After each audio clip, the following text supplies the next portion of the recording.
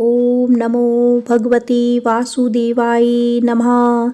नमस्कार दोस्तों, आपका हमारे YouTube चैनल धार्मिक कथाएं और कहानियां में स्वागत है। आज मैं आपको सफला एकादशी के पारण पर सुनी जाने वाली तुलसी माता की कथा सुनाऊंगी। अगर आपको यह कथा अच्छी लगे तो आप वीडियो को लाइक, सब्सक्राइब और शेयर जरूर कीजिएगा। आइए सुनते हैं तुलसी माता की कथा। आज सफला एकादशी के व्रत का पारण का दिन है, अर्थात जिन लोगों ने कल सफला एकादशी का व्रत रखा था वे आज अपना व्रत खोलेंगे। आज का दिन बड़ा ही शुभ और मंगलकारी है। एकादशी के व्रत के पारण के दिन तुलसी माता की कथाएं सुनने से ही व्रत पूर्ण माना जाता है और समस्त मनोकामनाएं भी पूर्ण होती हैं। जिन लोगों ने व्रत नहीं भी रखा था उन्हें भी द्वादशी के दिन तुलसी माता की कथा को सुनने से धन संपत्ति और अनंत शुभ फलों की प्राप्ति होती है। आइए सुनते हैं तुलसी माता की संपूर्ण कथा। तुलसी माता को हरिप्रिया भी कहा जाता है। जितना भगवान श्री हरि विष्णु सोने चांदी हीरे मोती और रत्नों से प्रसन्न नहीं होते, उतना सिर्फ तुलसा दल से प्रसन्न हो जाते हैं। सच्ची श्रद्धा भाव से तुलसा दल भगवान विष्णु को अर्पित करने से मनुष्य के सभी संकट कट जाते हैं, मनोकामनाओं की पूर्ति होती है। शास्त्र अनुसार एकादशी के दिन तुलसी जी में कभी भी जल नहीं चढ़ाना चाहिए, क्योंकि तुलसी महारानी स्वयं एकादशी का निर्जला व्रत रखती हैं। लेकिन द्वादशी के दिन व्रत के पारण के समय तुलसी माता को अवश्य जल चढ़ाना चाहिए और पूरे विधि विधान से पूजा करना चाहिए और उनकी कथाओं को सुनकर ही अपना व्रत खोलना चाहिए। तुलसी माता की कथा को सुनने से एकादशी के व्रत का संपूर्ण फल मिल जाता है। बड़ी मुनि की पुत्री तुलसी अपूर्व सुंदरी थी। उनकी इच्छा थी कि उनका विवाह भगवान नारायण के साथ हो। उसके लिए उन्होंने नारायण पर्वत की घाटी में स्थित बद्री वन में घोर तपस्या की। दीर्घकाल तक तपस्या के उपरांत ब्रह्मा जी ने प्रसन्न होकर दर्शन दिया और वर मांगने को कहा। तुलसी जी ने कहा, सृष्टिकर्ता ब्रह्मदेव, आप अंतर्यामी हैं, सबके मन की बात को जानते हैं। फिर भी मैं अपनी इच्छा आपसे बताती हूँ। मैं चाहती हूँ कि भगवान श्री नारायण मुझे पति रूप में मिले। ब्रह्मा जी ने कहा, तुम्हारा अभिष्ट तुम्हें अवश्य मिलेगा। अपने पूर्व जन्म में किसी अपराध के कारण तुम्हें श्राप मिला है। इसी प्रकार भगवान श्री नारायण के एक पार्षद को भी दानव कुल में जन्म लेने का श्राप मिला था। दानव कुल में जन्म लेने के बाद भी उसमें नारायण का अंश विद्यमान रहेगा। इसीलिए इस जन्म में पूर्व जन्म के पाप के शमन के लिए संपूर्ण नारायण तो नहीं मिलेंगे, लेकिन नारायण के अंश से युक्त दानव कुल में जन्मे उस श्रापग्रस्त पार्षद से तुम्हारा विवाह होगा। श्राप मुक्त होने पर भगवान श्री नारायण सदा सर्वदा के लिए तुम्हारे पति हो जाएंगे। तुलसी ने ब्रह्मा जी के इस वर को स्वीकार किया, क्योंकि मानव कुल में जन्म के कारण उस मायावी भोग को तो भोगना ही था। तुलसी बद्री वन में ही रहने लगी। नारायण का वह पार्षद दानव कुल में जलंधर के नाम से पैदा हुआ था। दिनों बाद वह भ्रमण करता हुआ बद्री वन में आया। यहाँ तुलसी को देखते ही वह उन पर मंत्रमुग्ध हो गया। तुलसी के सामने उसने अपने विवाह का प्रस्ताव रखा। इतने में ही वहाँ ब्रह्मा जी आ गए और तुलसी से कहा, सी जलंधर को देखो, कैसा देवोपम उसका स्वरूप है। दानव कुल में जन्म लेने के बाद भी लगता है जैसे उसके शरीर में नारायण का वास हो। तुम प्रस्ताव को सहर्ष स्वीकार कर लो। तुलसी को भी लगा कि उसकी तपस्या पूर्ण हुई और उसे इच्छित फल मिल रहा है। जलंधर के साथ उसका गंधर्व विवाह हो गया और वह जलंधर के साथ उसके महल में पत्नी बनकर आ गई। जलंधर ने अपनी परम सुंदरी सती साध्वी पत्नी तुलसी के साथ बहुत दिनों तक राज्य किया। उसने अपने राज्य का इतना विस्तार किया कि देवलोक तक उसके अधिकार में आ गए। स्वर्ग का सुख भोगने वाले देवताओं की दशा भिखारियों जैसी हो गई। जलंधर किसी को कष्ट नहीं देता था, पर अधिकार और राज्य छीन जाने से सभी देवता मिलकर ब्रह्मा, विष्णु और शिव जी की सभा में गए तथा अपनी विनती सुनाई। ब्रह्मा जी ने कहा, तुलसी परम साध्वी है, उसका विवाह जलंधर से मैंने ही कराया था। जलंधर को तब तक नहीं हराया जा सकता या मारा जा सकता जब तक कि तुलसी को ना छला जाए। ब्रह्मा जी की बात सुनकर भगवान श्री हरि विष्णु जी ने कहा, जलंधर पूर्व जन्म में मेरा पार्षद था। श्राप के कारण उसे दैत्य कुल में जन्म लेना पड़ा।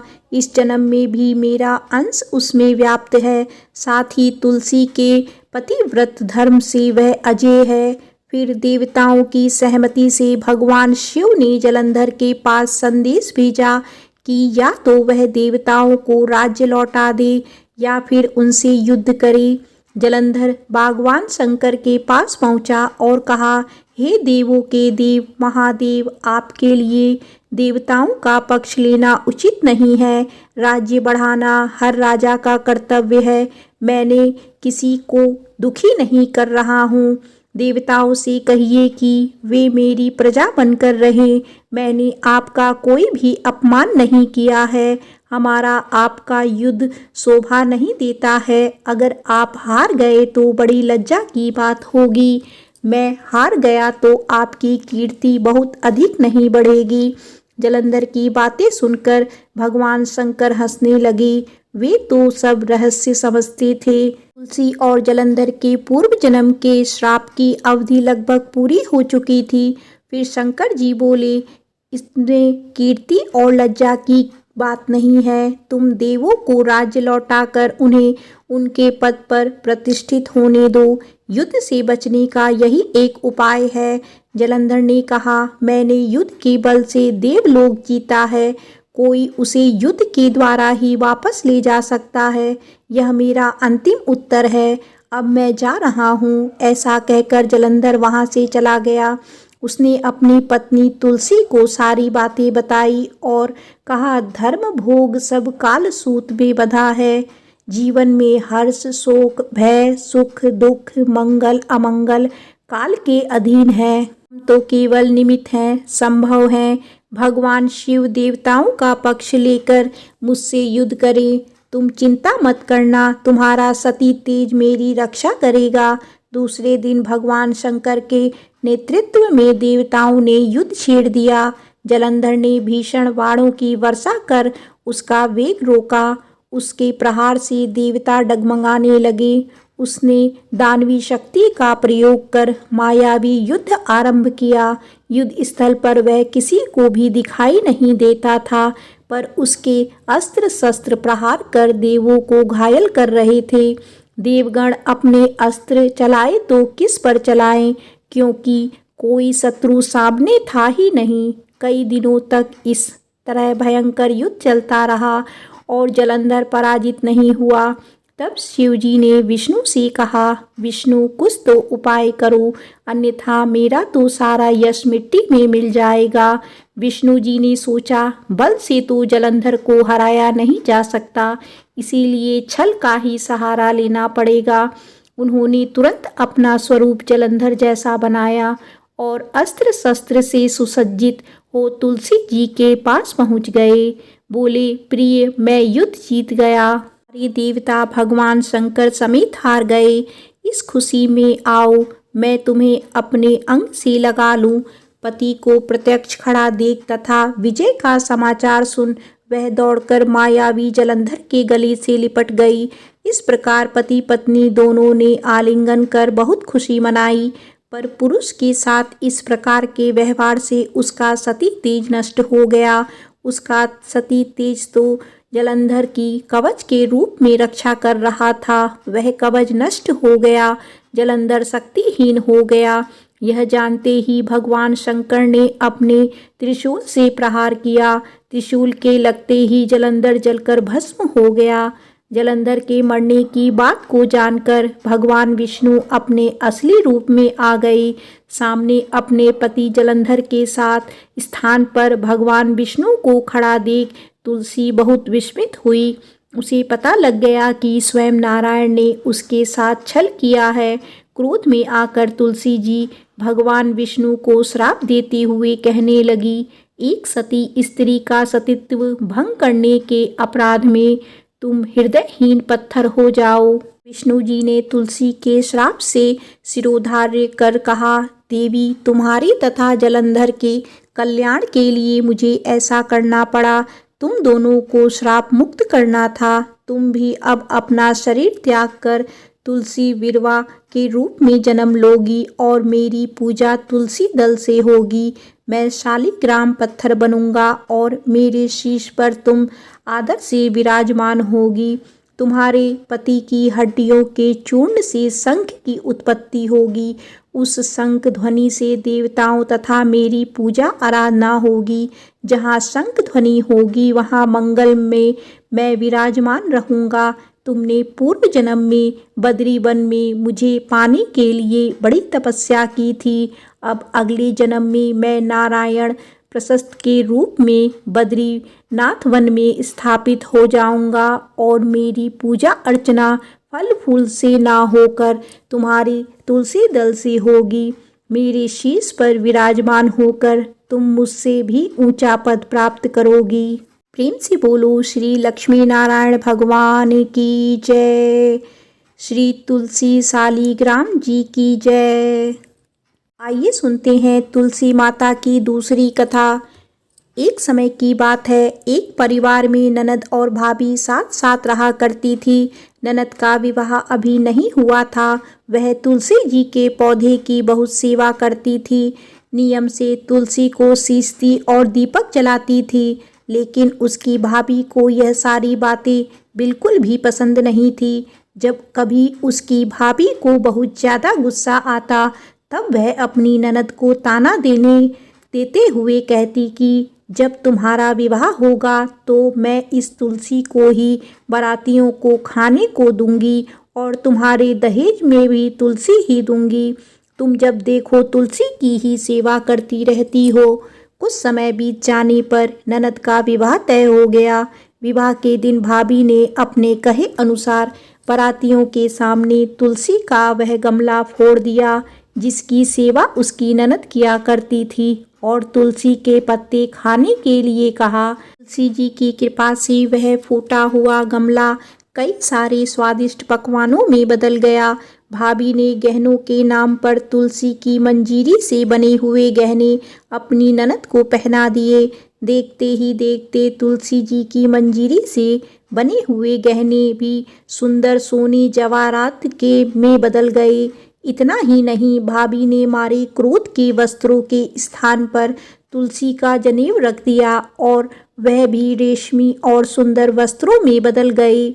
अब जब ननद अपनी ससुराल में पहुंची तो ससुराल में तो उसके दहेज की बहुत प्रशंसा हुई।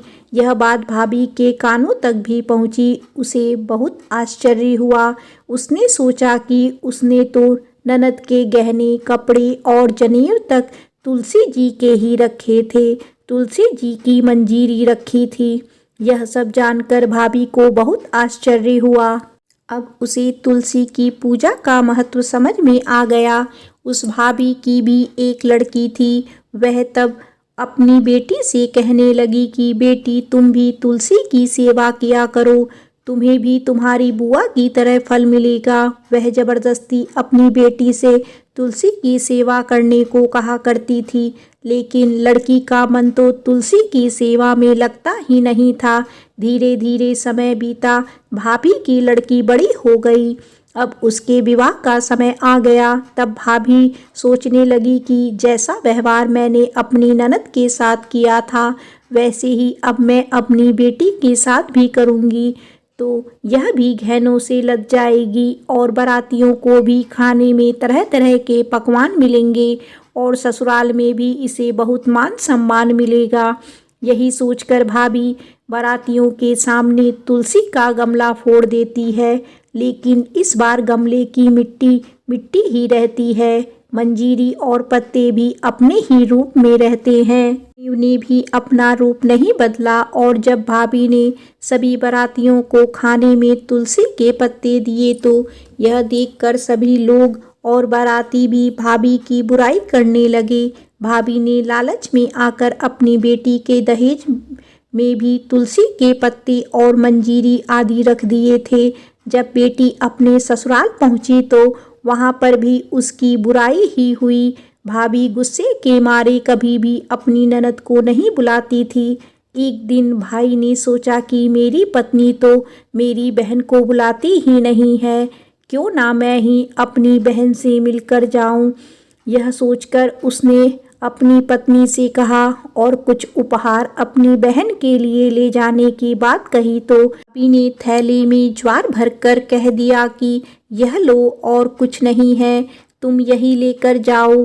तब भाई बहुत दुखी मन से अपनी बहन के पास चल दिया। रास्ते में वह सोचता रहा कि कोई भाई भला अपनी बहन के घर ज्वार कैसे लेके जा सकता है। यही सोचकर वह गौशाला के पास रुक गया और ज्वार का वह थैला उसने एक गाय के सामने पलट दिया।